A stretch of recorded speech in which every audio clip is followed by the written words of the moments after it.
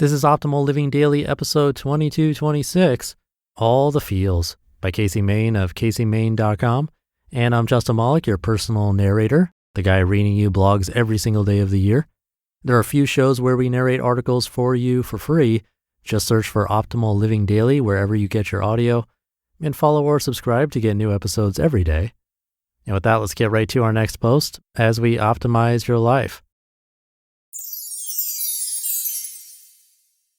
All the Feels by Kacie Main of KacieMain.com. Don't it always seem to go that you don't know what you've got till it's gone? Why, yes, Joni Mitchell, it does seem to go that way. But I argue there's also another way it goes, that you don't know what was gone till it's back. This realization hit me hard the other day as I struggled to handle the return of some unfamiliar feelings, emotions. Now, at first, that might not make sense. We often think feelings and emotions are the same, but they aren't. In doing some research, I learned that emotions are physical states, while feelings are mental associations and reactions to emotions. Basically, your brain looks at an emotion that arises in your body, assigns meaning to it, and that results in a feeling. Feelings may be the effect, but emotions are the deeper rooted cause. When we don't want to feel a certain way, we tend to repress the emotion that causes the unwelcome feeling. Push it down, bury it, pretend it isn't there. I did that for years. Not wanting to feel the pain of heartache, I suppressed the emotion of sadness altogether. And that's where it gets tricky because feelings are subjective.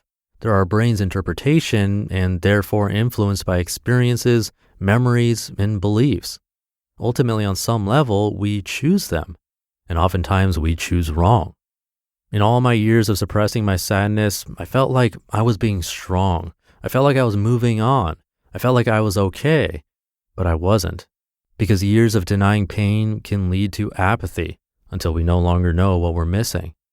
I haven't felt real emotions in a long time. Surface level feelings, sure, but deep-rooted, feel it in your body emotions, it's been a minute. Because when we numb ourselves to one emotion, it bleeds into others. My experiences with love taught my brain to associate it with the same unpleasant feelings as sadness, to tie love to feelings of rejection, feelings of loss, feelings of heartache. So at some point, I began to deny the emotion of love as well. We don't get to be selective when it comes to our emotions. It's an all or nothing game. And I was on the nothing side for quite some time without even realizing it. But here's the thing, the all is always there. We may deny the uncomfortable emotions that arise in our life. We can push them back down and refuse the experience, but that doesn't mean they go away. They stay buried inside us, patiently waiting their turn to surface. And in the meantime, they find every opportunity to remind us they're there. They raise their hands and we're anxious, stand up and we're insecure, jump around and we're depressed. And when we open the gate to let the pleasant ones free, love, happiness, joy, the unwanted ones can sneak out as well. That's what happened to me. One minute I felt a wave of extreme love, a pure feeling of joy I'd barely had glimpses of over the years. It was a fleeting feeling, but I was still grateful to stop by. Then later that day, another emotion arrived, sadness. The dull, persistent, unmistakable pain of heartache I avoided for so long had returned. But this one didn't stop by for a short visit like his counterpart did. Oh no, this one stuck around the rest of the night and into the next day, gnawing at my heart and begging my brain to spiral out of control into the land of insecure thoughts, needy behavior, and attention-seeking decisions. I resisted the urge to let the emotion take over, but I was frustrated with its persistence.